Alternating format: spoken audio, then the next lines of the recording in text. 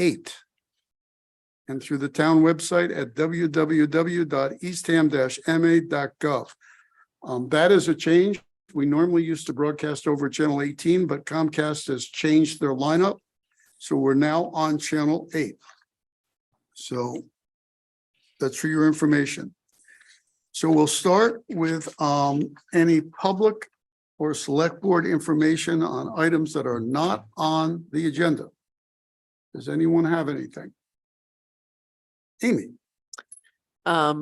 Just quickly, I talked to Linda Saucy in the clerk's office today, and she said all of our amendments, our bylaws and our charter, I guess a charter for the to hold town meeting in another, maybe it's not Yeah. charter.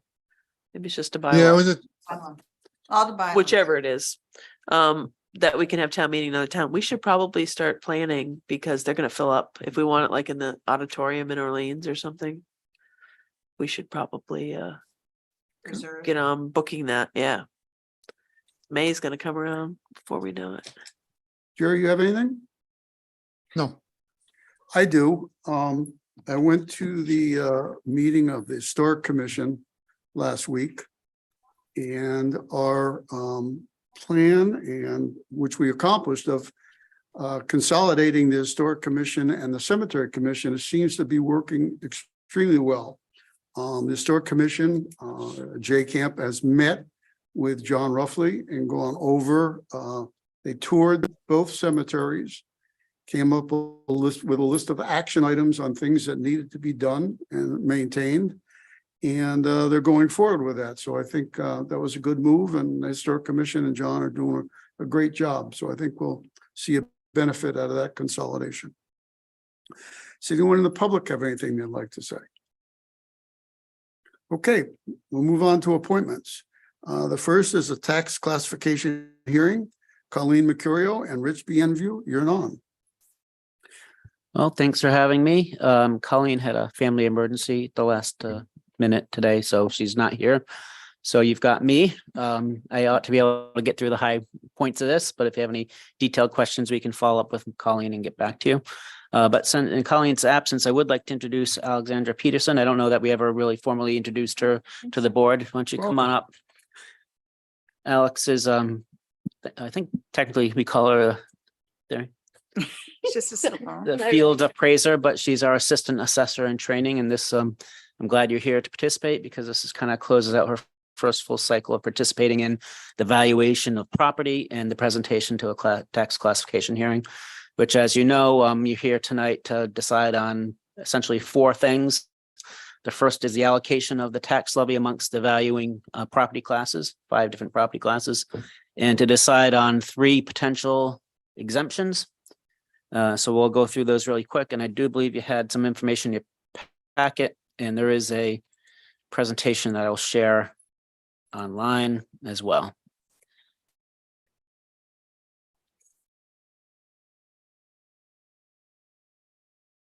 So we kind of already covered this purpose here.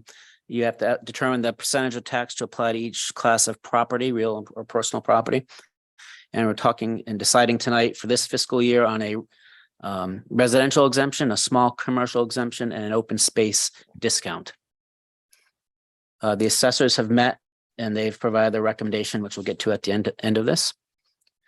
But this sheet here shows the valuations of the various classes of property. The residential class is by far our biggest class, and all these 101, 102, anything starting with a 1 here represents various types of residential properties and the associated values. In total, the value for Eastham for January 1, 2023 is this bottom line number just about $4.8 billion. Let's see. There we go. So for FY24, that 4.8 is up 11.6% in total from the prior year. And you might recall we had a little bit of a surprise the prior year where we were up over 25%. So this is quite a bit, still a solid increase, but quite a bit reduced from the prior year increase in values. We still remain a highly residential and highly reliant on the residential property tax. This hasn't changed much over recent years. About 97% of all property value is residential category. And one thing that new that Colleen and I have been talking about is just to show the trends between the median and the average over time. It's hopefully gives you a little perspective on where we've been and where we're going. And obviously you can see a big increase last year from let's look at the median from the 493.4 to 625.6. This year, the median is up to 704.8. And because of that, values increasing without a corresponding increase in the amount of levy being raised actually results in a decrease in the property tax. So if you approve the Board of Assessors recommendations tonight, we'll be able to set our tax rate this week at a value of about $7.01, which is a decrease from $7.24. And if you go back in time and you look at, it was before my time in early 2000s, but I'm not sure exactly what happened, but from 2004 onwards, you can see that it had declined. And then when the housing crisis hit and values moderated or declined, you see that our tax rate increased. But ever since the last several years where we've had substantial increases in values, now we're on the downcrease as to the tax rate. And this just summarizes it again in comparison to the prior year. So total residential 13.2, prior year 25, and total 13% versus almost 25% last year. Also an important factor in setting our tax rate, not necessarily one of the decisions that you have to make tonight, but just good information to have, is what is our property tax levy? This represents the amount that you are going to assign to the various categories of property. So we start with the prior year levy. We add our 2.5%. As you're all aware, we're allowed to add under Proposition 2.5. We did have an override of $710,000 this year. That gets added into it. But one thing I really want to focus on, and I think the next slide is a graph that shows some history on this, is the new growth of $304,000 that we just got certified from the Department of Revenue this week or this past week. Represents a second year in a row of substantial increases. Now, of course, a lot of that does have to do with residential construction and renovation and building permits associated with that. But Alex and Colleen have also been doing a really good job, particularly Alex with all her field work. I'm picking up anything that is building permit related. So if you're adding a new deck or improving your deck or an outdoor shower or any number of things, those represent new growth. And those are things that in the past haven't necessarily picked up. And so when Colleen got here, that's something her and I talked about and have been working on for a couple of years. And we're starting to see the benefit of that now, because it's not just $300,000 this year, and it could have been $150,000. It's a cumulative effect year over year over year, plus the compounding of the 2.5% on top of that compounding effect. So it's a multiplier. It really adds up to some serious dollars. So that increased in new growth, if we can sustain that, combined with the contract settlements where we gave generous raises to our staff, but moderated the step increases on a year-to-year basis, is a way that we can hopefully help maintain our budget and lessen our reliance on overrides going forward. That's half of our new 2.5%. Right. That's amazing. So the 300,000 represents about 1%. So if we have an automatic 2.5% increase in our tax levy plus another percent of new growth, every year we're adding 3.5%, and our steps now are either between 2 and 3. So that, Awesome. Perfect. I remember it used to be about 100,000.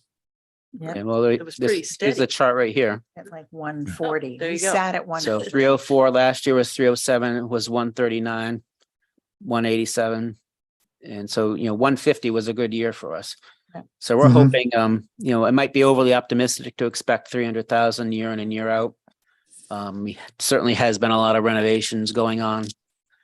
But I think we can do a lot better than 150. So Alex, do you have any insight on, you've done a lot of that work. What are some of the things that you've come across?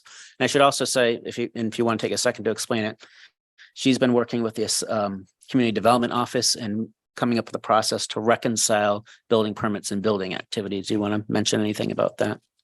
Sure. We're just working, trying to make the process smoother for both of our departments, but also the taxpayer. Just clarify a lot of things and making sure we don't have any open permits in the system, and just kind of cleaning up and dealing with the backlog, and then making sure that no matter who comes after me or after the people in the building department have a clear process in front of them. In terms of permits, we are still seeing a lot of activity out there. People are renovating, demo, rebuild, a lot of that. So hard to tell when that's going to stop, but doesn't seem like the high cost of materials are stopping anyone. So a key part of what she's done is improve that process to make sure that we're picking up all those permits and also properly valuing the permits, because the values of the permits generate a fee for us, but they also go to the assessor's office, and Alex is making sure that the assessor's office is getting all this permit data to do those inspections to capture that new growth. Great. So Amazing. based on so we have a levy limit. I think I might have skipped over it real quick. I'm not going to go back and mess up the slideshow here, but the amount that we're going to actually raise, 33,586,000, is less than our limit by a couple $100,000. And that goes to, we had this conversation during the budget process that we settled our contracts, and we want to make sure that we're stewarding the override that pays for those contracts to get us through the 3 years of the contracts. So we have a little bit excess levy capacity, as it's called, that hopefully will carry us through. But the amount we're raising, the 33,586 divided by 4,791,000 of value, results in a $7.01, assuming that you go with the Board of Assessors recommendations. Here is a chart showing, this is something we've started tracking with the Finance Committee, and we do it as part of the budget process and part of our budget hearing. And I think there's value to it. It lets us know how we're doing in relation to how well our citizens and residents are doing. But this shows on the top part, the median household income, or median income, I should say, or per capita income, I should say, versus the tax burden that's generated in each year. So what's not on here, and we'll get it on there for the next time, but in 2024, $4,940 represents 12.6% of the 39,000 per capita income. Under 13% of that per capita income is going to property tax, which you might not recall, but we had a budget hearing, and one of the slides was anticipating what this would look like. And at that budget hearing back in March, we put down that if you accepted, if town meeting passed the budget as we presented, that we estimated that our tax burden for the median household would be $4,990. It's actually $4,940, so we're $50 better. And we estimated it'd be an increase of $460. And it's actually only an increase of $411. So instead of a 10.16% increase, it's a 9% increase from what we were talking about at the budget hearing. So it's always good to come in. We're pretty close, but we're glad we came in a little bit lower.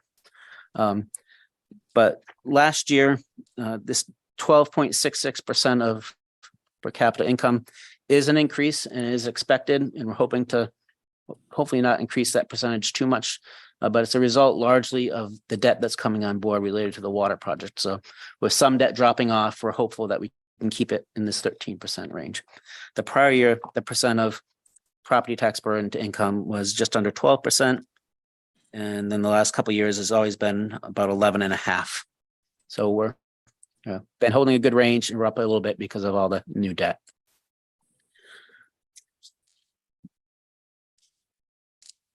So this is last year's data compared to this year's data.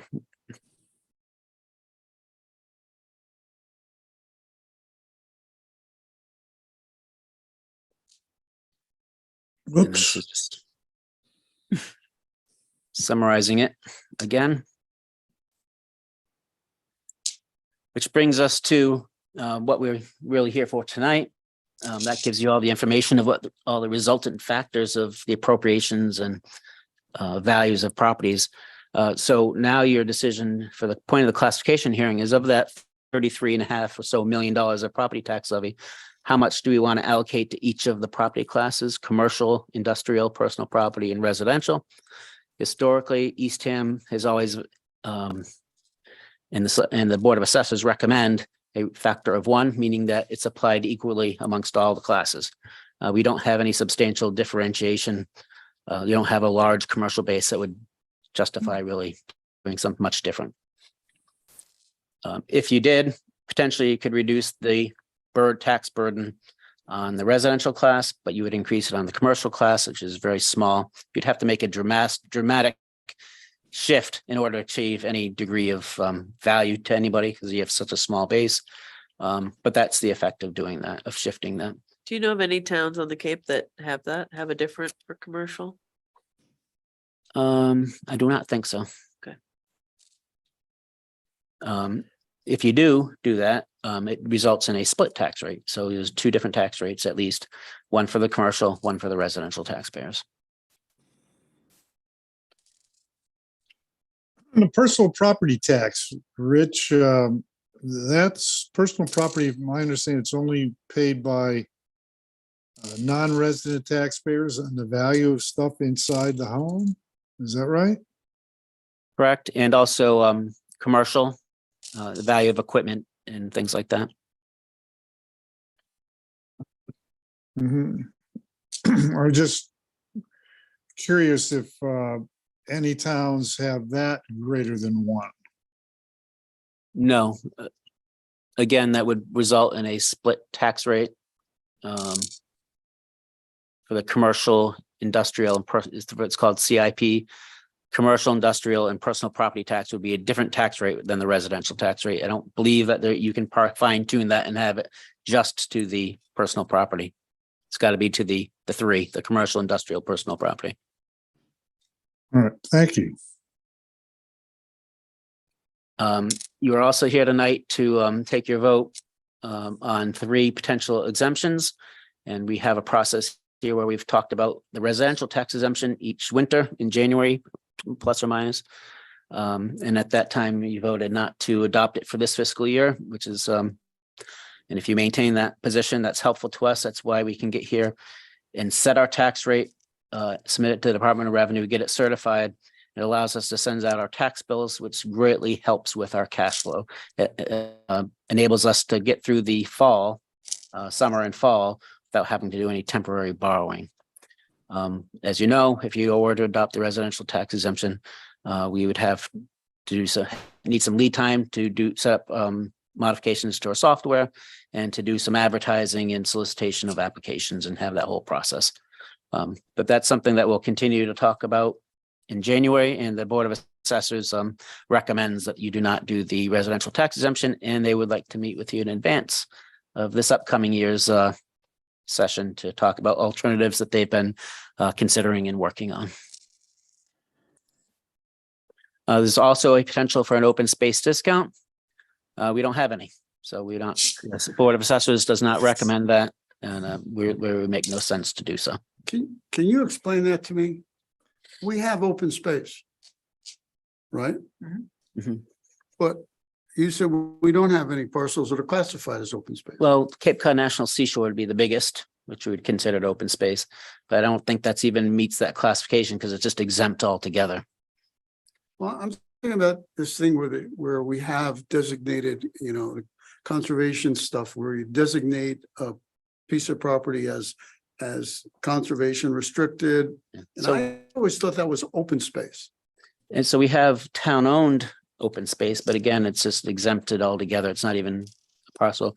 Perhaps something by the Eastham Conservation Trust. So if Again, I think that's because that's an exempt entity. Yeah, they don't. But what about say I have my property, I have part of it in a conservation restriction. It's held by the Eastham Conservation Foundation, but I still own it. Right. And it has a reduced rate. Thing in your case, it's titled to you. And I don't know, Alex, do you have a good definition of the open space parcel? This is a good Colleen question. There's a lot of fine points to this one, but I do believe that in your case, for example, it's owned by you and you own your parcel privately and you have a reduced value associated with your parcel because Correct. it's restricted, but not an open space designation. Okay. So it does, there are some reduced values, but no discounts. That makes sense. So It's how not, do you, not considered an open space parcel. Right. how do you get an open space designation? I think a lot of it has to do with what's called chapter lands, if it's designated agricultural, designated open space. And I think there's a whole process that goes through legal process. People file with the assessors and it goes to the state to do that. which- Or you can give your property to like the Easton Conservation Foundation. But again, that's not considered open space. It's not considered open space. Yeah, because I think that's an exempt entity. So there is a process and I can get you more information when Colleen's Yeah, back. it's, and- I've was been just, fuzzy on it myself, even was though just I curious. understand there aren't any, but so it's not, it's kind of a moot point as far as. So I'm just lucky I changing got it. this far through this presentation. Yeah. No, you did. Assessing's not my. No, yeah. no, you don't. I think that's what we were discussing at the last Board of Assessors, that it's not like, because we have chapter land and we have conservation and there was no like clear line between those and open space. So we were gonna look more into that because we Okay. thought that was kind of strange too, that Yeah.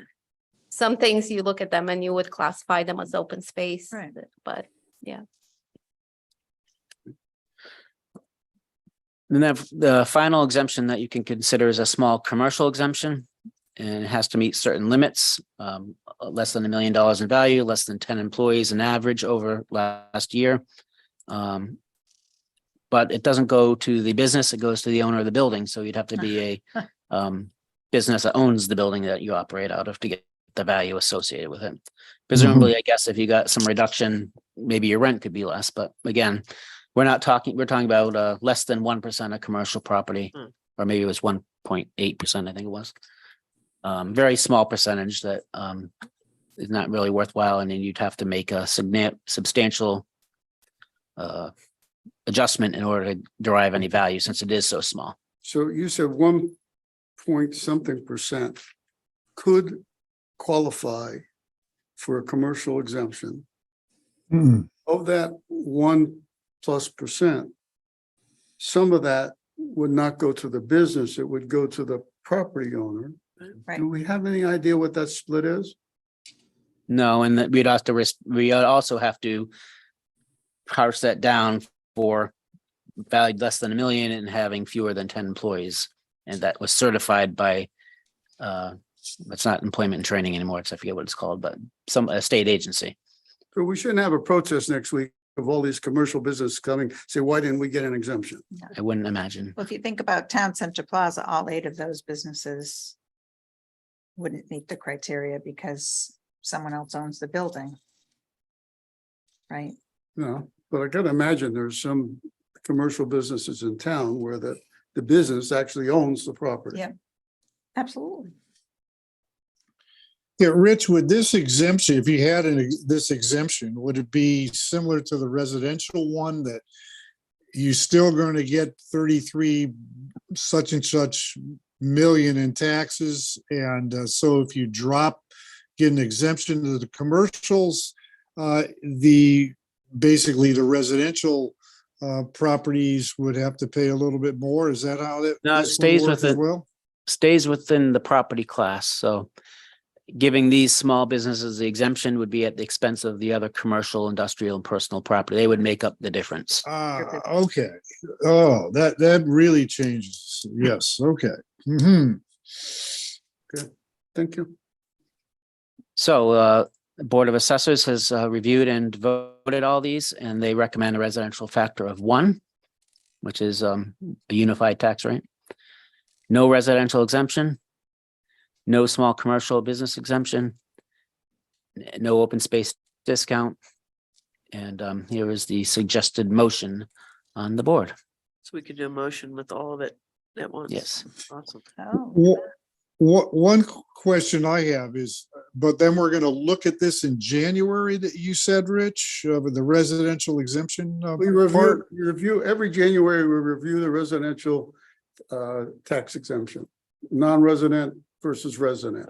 We discuss specifically the percentage of residents as a percentages of, part-time residents, full-time residents. Right. And then we make a decision decision as to whether we want to generate a residential tax exemption, but we do it every January.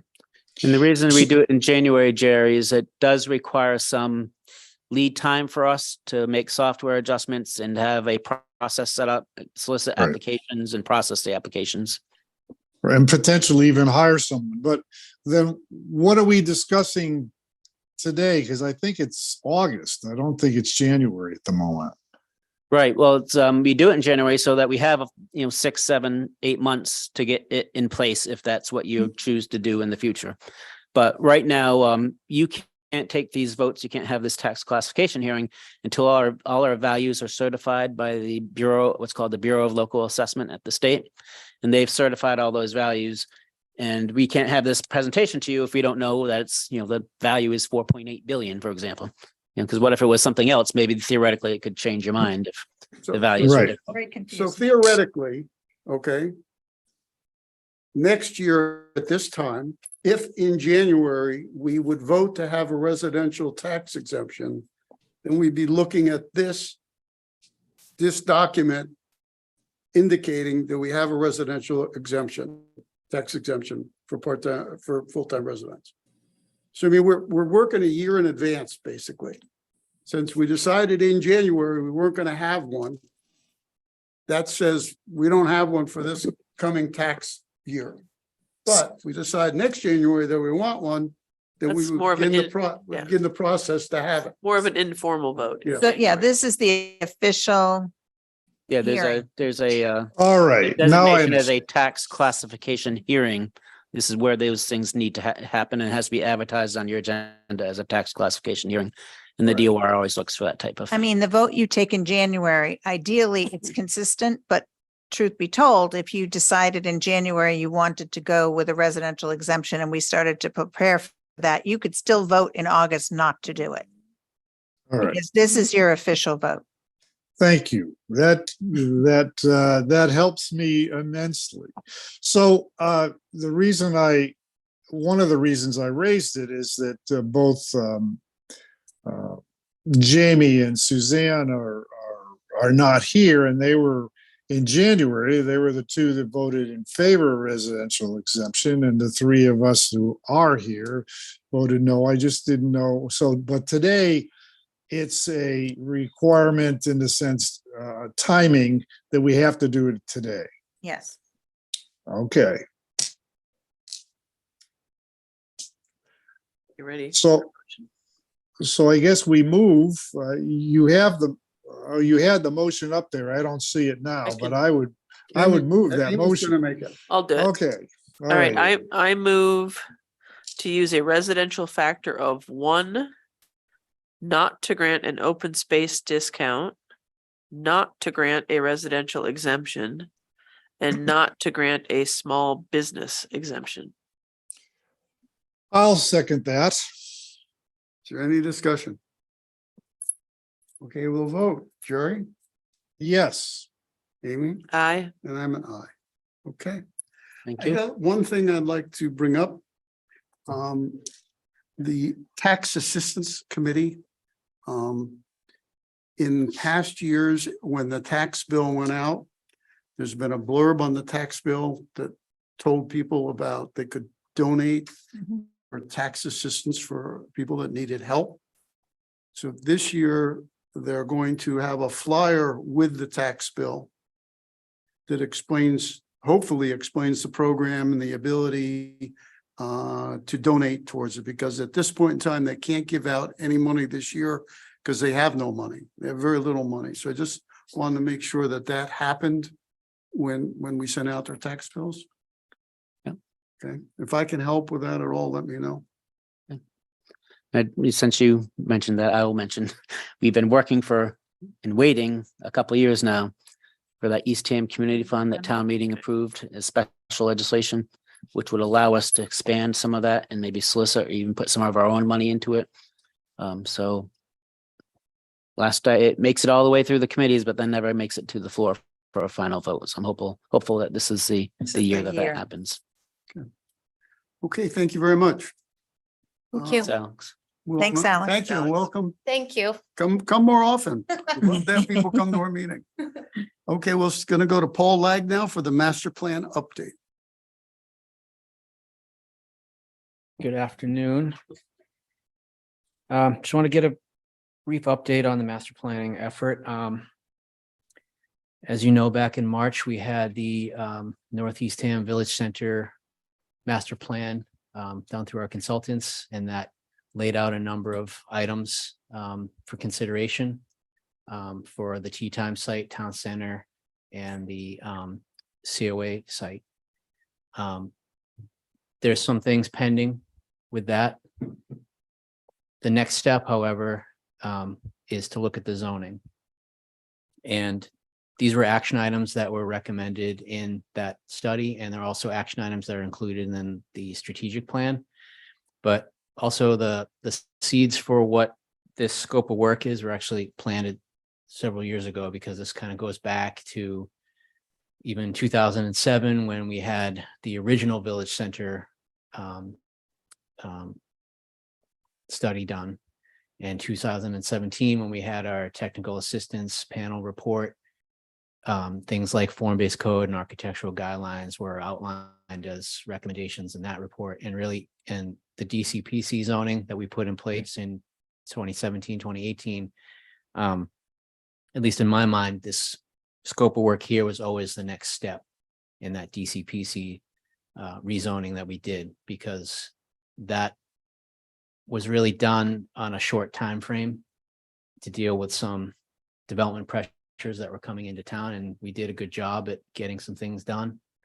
But as you start to work with regulations and really kind of rubber hits the road, and you realize some adjustments, things need to be done. So in my mind, form-based code and these architectural guidelines of this project scope were always kind of things we needed to come back and revisit. So now is the time where we're gathering all this stuff together. We have a scope of work, and as it lays out in the memo, that includes implementing a form-based code, architectural guidelines, looking at the feasibility of some 40R smart growth overlay zoning, which it tries to incentivize affordable housing. A district improvement financing, which that was an item, action item in the strategic plan, which we want to look at. Although at this point, I can tell you we may already know that that's not viable, but we still want to go through, do the due diligence. And if that's not, we have some ideas working with our consultant for some other approaches to kind of replace that. And then finally, the corridor plan, which we had the beginnings of that in the Northeast Ham report that came out in March, but we really want to take that and enhance it, and really to use that as a tool to be able to outreach to the business owners and the property owners in that district. So obviously we own, the town owns Town Center and Tea Time, and those are the two ends, but we have to make a plan that is to everyone's benefit out there. So the corridor plan will really be focusing on engaging with the businesses and the property owners, getting their feedback, finding out what kind of projects they have in the queue, if they're thinking of redeveloping or changing what they're doing out there, so that we can incorporate that into the comprehensive plan. And really we'll all be on the same page. So if someone wants to put a new building up on their property, at least to the extent we can coordinate, they won't, hopefully be putting it right in the middle of where a sidewalk or a shared access cut might be. So this work, which is really starting this month, is really, like I said, targeted at kind of the nuts and bolts of the zoning piece, to try to put things in place that make sense, to streamline the process, the regulatory process as much as we can, but also anticipate what we think is going to come up for new development. I think kind of stepping back, bigger picture, if we have these items put in place, when we go to look at the next step for the village center, the master planning as a whole, and kind of get back into that planning process, some of these pieces will be kind of locked in, and that will help focus the next phase of how do we go about taking the next steps on Tea Time and Town Center, and the financing, the phasing of it, and what the development options are as a whole. So this was always geared towards if and when we go out for redevelopment or try to partner with a developer, they'll see that here's the zoning. We know what it wants to look like. We know what the uses are out there. Maybe we'll have some incentive zoning in there that might result in some tax credits or actual cash payments to the town for housing units, that kind of thing. So it's part of the process. There's a lot of work to do, as always, in a short time frame. So we're hoping to have the form-based code and the architectural guidelines ready for next year's town meeting as the priority, and then hopefully all the stuff will come along in sequence, but those are the two priority items.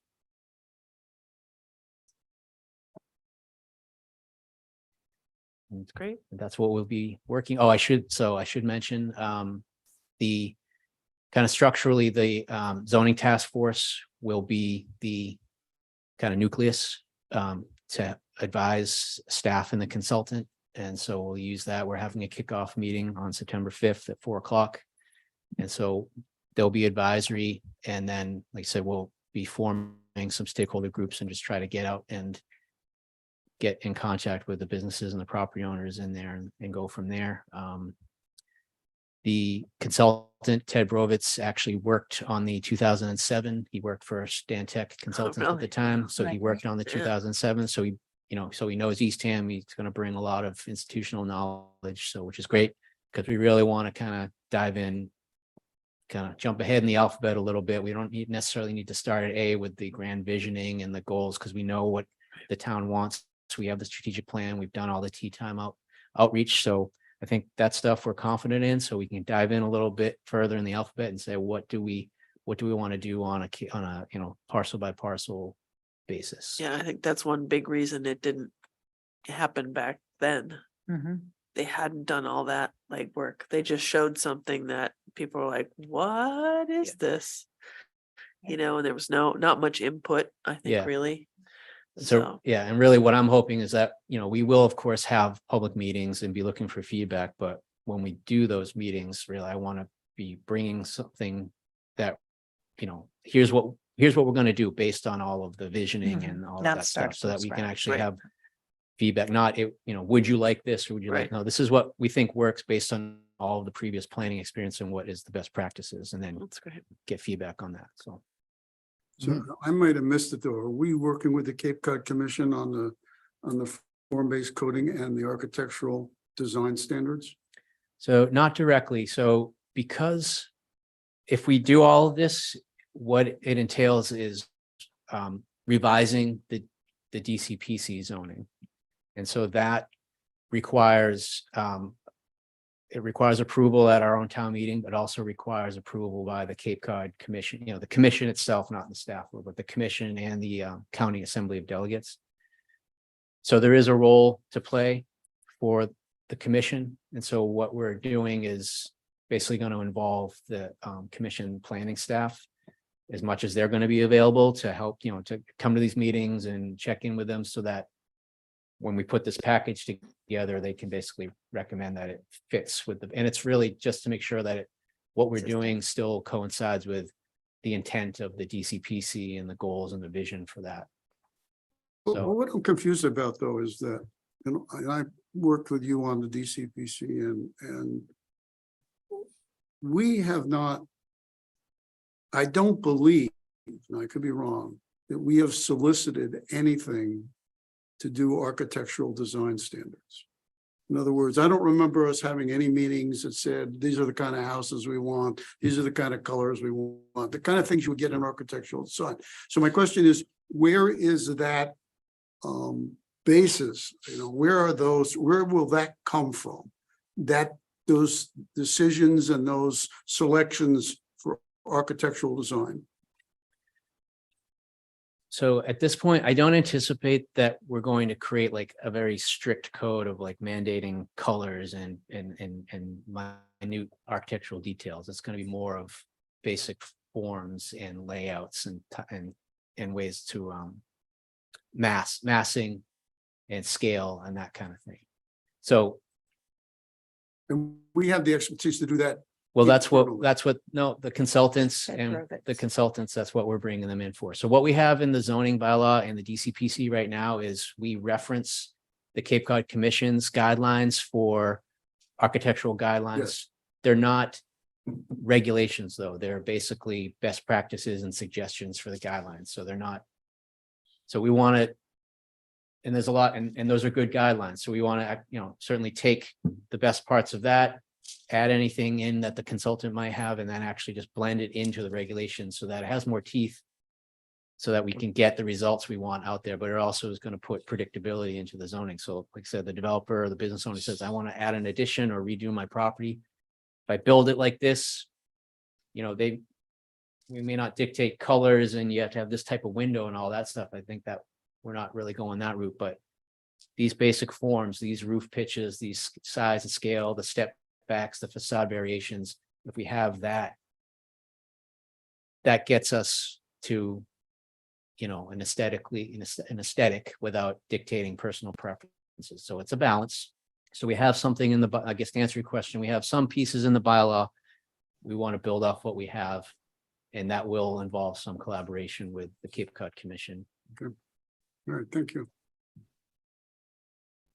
Quick question on you were talking about the guidelines with massing and things like that. Does it also affect layout as to like putting the buildings more up front and the parking in the back sorts of things and all that? Yep, definitely. Okay. And that's, again, we have elements of this in the zoning too, but what we More really want to clearly do is, define it. is we're always looking to streamline the regulatory process. And this is one thing. So adding predictability into the zoning code, but definitely promoting parking into the rear of the side, streetscape, because we're really trying to, Right. create a village center Exactly. that's appropriate for Eastham. And these are all elements. So.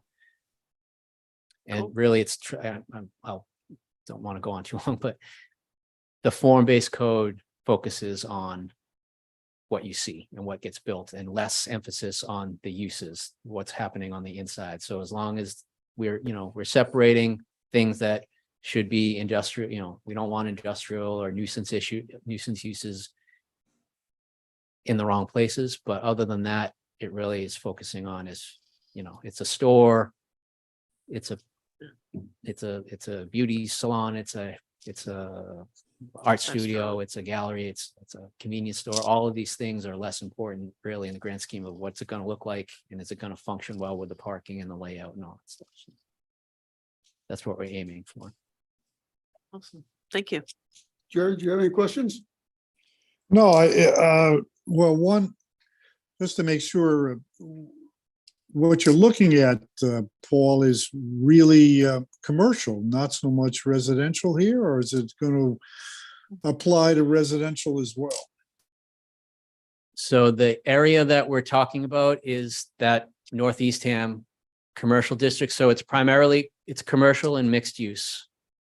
And so Okay, we want regulations that will have an appropriate and foster an appropriate mix of that, but it's primarily commercial. thank you. Okay, any other questions? Okay, Paul, thank you very much. Thank you. Move on Art, to the one, Yeah. we have it on the thing, the master plan committee charges and stuff. Is that going to come up later, or was that just something for information for us? Well, we're going to talk about the master plan charge update. and Okay, Right thank now, you. All right, Mm-hmm. now, Next on the agenda.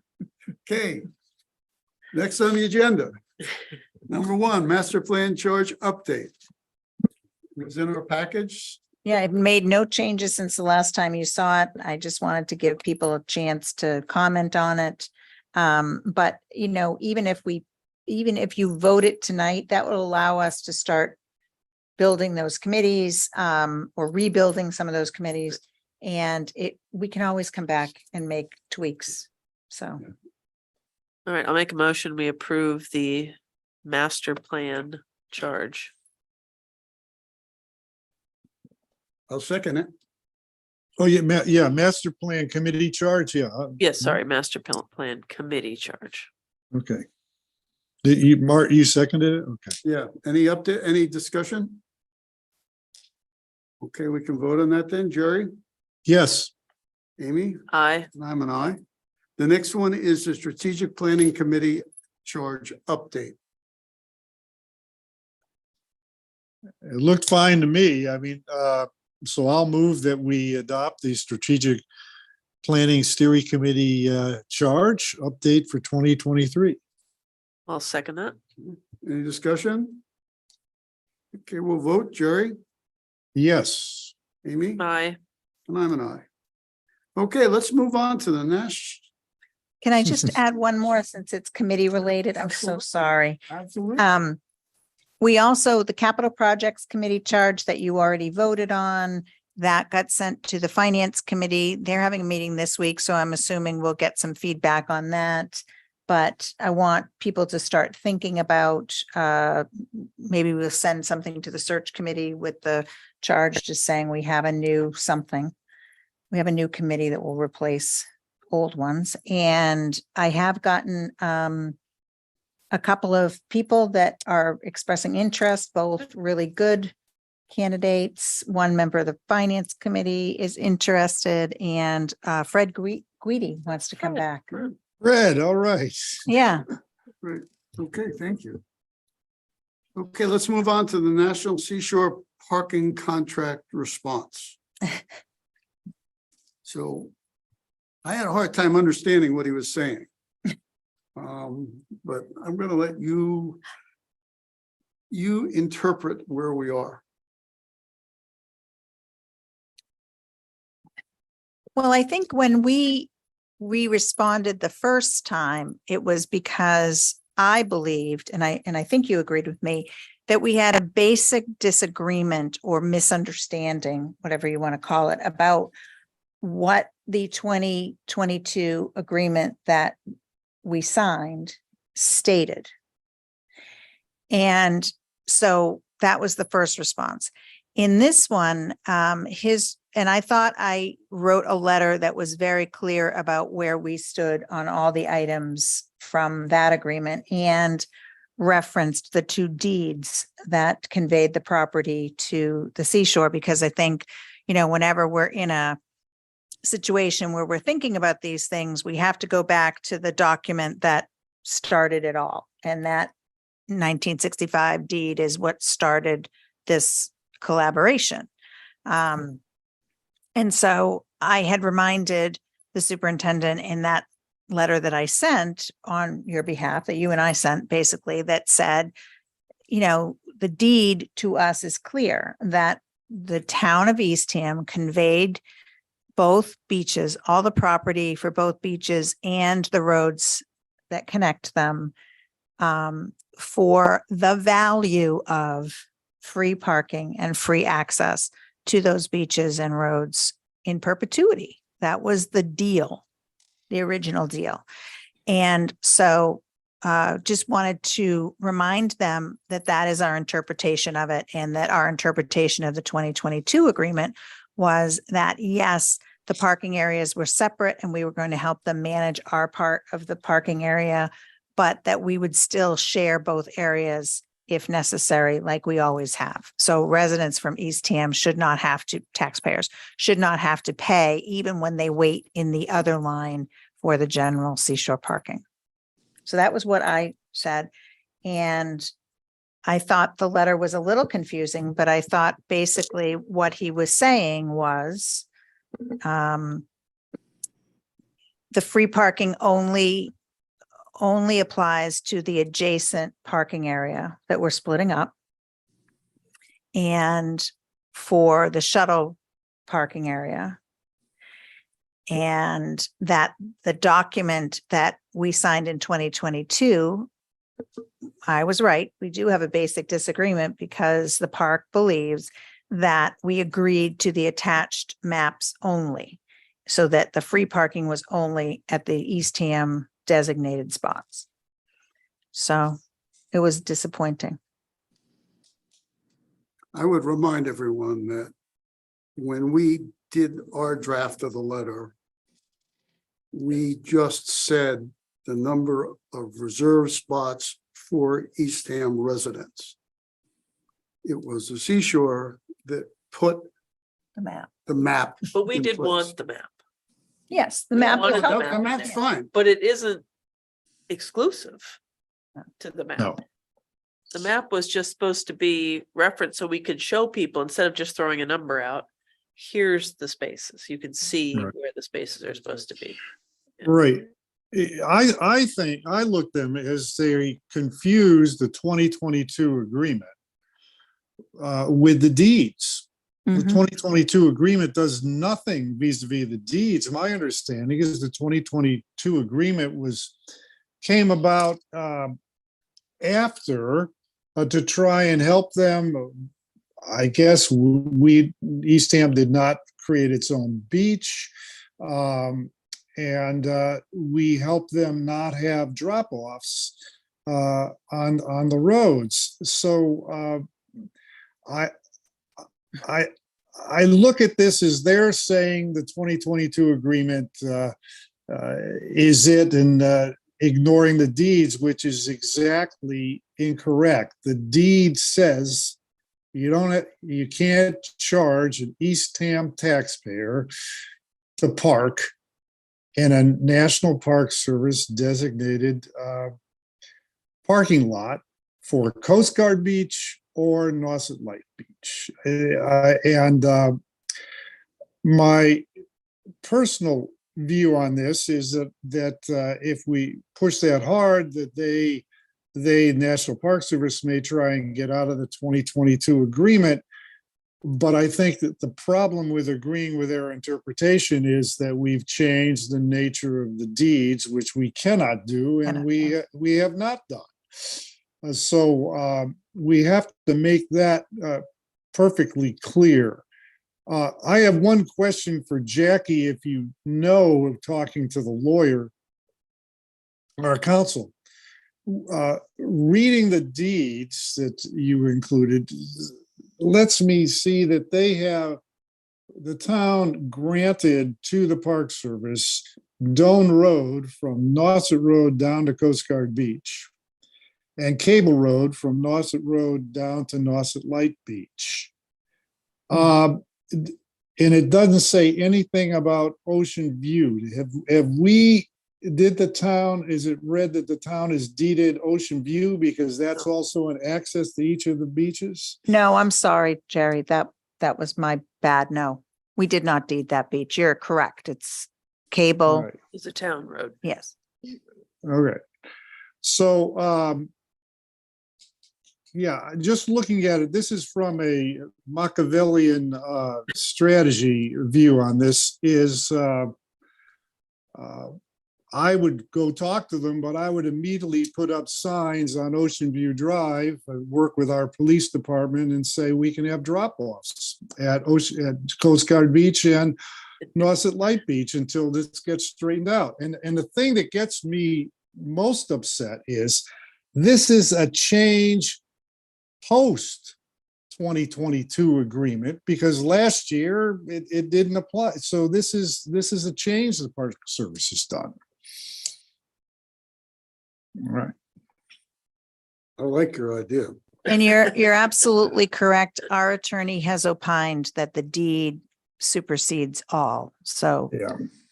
So our attorney got back to them and said, could they allow us to park free until this matter was resolved? Is that correct? mhm. And how did the Seashore respond to that? They didn't, they said that there was a letter in progress and that the council would talk to the superintendent about the letter. And that's this letter. Yes. So I guess, so pretty much, I think they continue charging for another 2 or 3 weeks. And then they remove the guards after Labor Day, some There's time some in that time weekends. frame, Yeah, there's a few weekends And just- after Then that. they charge on the weekends. Mhm. couple of weekends. So what's, I like your idea, Jerry. I mean, but where are we in this? I just don't see us having any leverage. I don't know what we should be doing other than I just, think what our attorney is saying is that, yes, we might not have very much time now, but we certainly have time before next season, and that he would want to meet with you and make a plan. I mean, the thing is that this occurrence, if the Eastham portion of Nauset Lake Beach is full and the seashore portion is not full, rarely happens. Right, but Amy, it's still a change. I mean, last year. Oh, in I agree. 20 I agree. I'm just saying it's for the still a rest of change, the yeah. year. I'm And saying it's for the- particularly Yeah. problematic in Nauset Lake Beach that doesn't have any tram access, Right. right? Because, one of the calls, and I'm getting a lot of calls on this, really, people, not only they've definitely noticed and it's affected Upset. people this season. And one mother called me and she was very upset because they were having a family get together on Nauset Lake Beach. The whole family had gone and parked. Her son, who was 18 or 19, was working, couldn't come before 1:00, got to the beach, was waiting in the Eastham line. He actually was refused entrance into the other line, even though he has a national park pass on his vehicle, because he was already in the Eastham line. So it's just, and of course she was furious. He waited in line for an hour and missed, even more of the family outing. And that wouldn't have happened before, because there were 8, as she said, 8 people passed by the Eastham line and parked in the Park Service parking lot while he was sitting there waiting. So it is not Yeah. causing a good feeling in the community. And I feel like, you're absolutely correct. We have to fight for it. We cannot give up this basic right. Yeah, Jackie and I talked about this a little bit before the meeting, and I think really we need a meeting with them, with probably Yeah. 3 of us, our rec director, Yes. maybe the police chief, and then they can bring whoever they And want. whatever staff, but we do have to have staff there. It's so important to have. Kristen Yes. Mickle, our beach and rec director, has had a 20-year history Right. with these management agreements. So it's really important that she's at the table, because so many things aren't in the agreement that we've successfully done together over the past years. yeah. so is that the next step then? I mean, we haven't responded to this letter, right? No, I sent an email back. Yeah, I saw your Yeah. email back that right. said nobody was talking about it, basically. I didn't say that. Well, it doesn't know what he's talking about. I mean, let's be honest about this. Basically, I did say that we would meet to discuss anything except free parking access. So then, do you want to set that meeting up? Yes, I will do my Right. best. And will we bring our lawyer with us? He doesn't opine either way. He said I have strict instructions, so he trusts us to handle it, but if you want him there, he could come. I'm just trying to understand the Yeah, You could take Jerry instead of me. the pressure. I mean, whether that signals something to him or not. Hmm. well, the issue, if we take the legal route, I mean, I don't think we have time. I know what you'd like to do, Art, to get it resolved before No, Labor you don't Day. really know what I'd like to do, but No, I can't say I it. know what you, I know what you like to do. I'm Italian too, but it's also, I think that if we immediately jump to the legal counsel mode, they will become much more defensive and bring someone from their solicitor's office or someone there. Since I think summer is gone, summer 2023 is basically gone vis-a-vis this, that we should try to, he says he'd like to meet, if so, we should discuss further how to manage these lots. I think that's, he's got an opening, he wants to meet, and I think we should try and do it as quickly as possible, so we have time. If we decide we have to go legal route, we Well, shall. I like to keep it moving.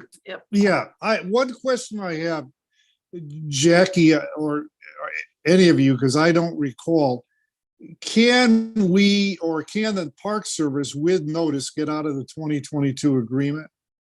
90 days, Yes, we can both. 90 days? Okay. 90 days.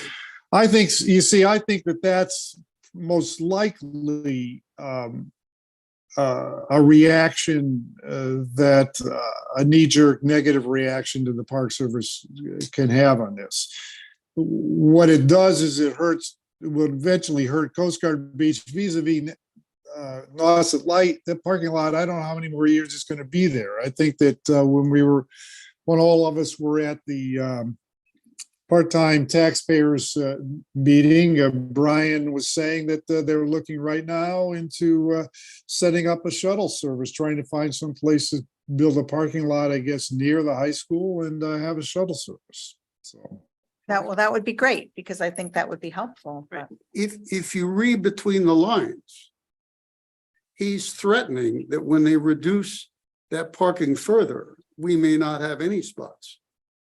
yeah, he's actually threatening he would get rid of those spots and probably the spots up behind the Coast Guard building at Coast Guard Beach, and saying, okay, you can you park for free at our parking lots and you wait in line with everybody else. I think that's where their threat is. They can't go further than that because the deeds are the deed. They we can park for free. But that's what we have to be mindful of as we go into this meeting, is that's what they would do. They'll back out of the 2022 agreement with 90 days notice. And there we are. We park free at the general parking lots, wherever they are. I don't know what it means for behind Coast Guard House, because that's not really a paid parking lot for them.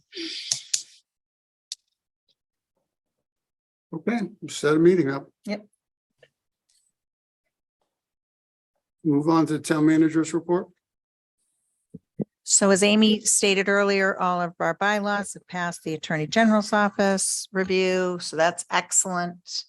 I will be checking up on our final piece of special legislation, which is the community fund. We really need to follow up on that and make sure it was on Sarah's agenda as of when we checked in with her in May. So hopefully it's going to be on the September legislative schedule. And I think that's it. I wrote a lot in my town manager. Yeah, Windmill I Weekend think, coming Oh, up. Windmill Weekend, yeah. yeah. I think it's great that we may start in November with the extension to Wellfleet of the water line. Yeah. It's looking Is that on good? target. Okay, Yeah, looking good. that's great.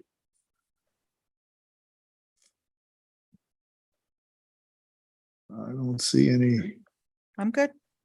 Oh, what, Move do on we to- know, I'm sorry, go Do- ahead, Jerry. do we know any kind of hit that financial hit on the closure of Cooks Brook Beach has with our revenues of the beach parking revenue?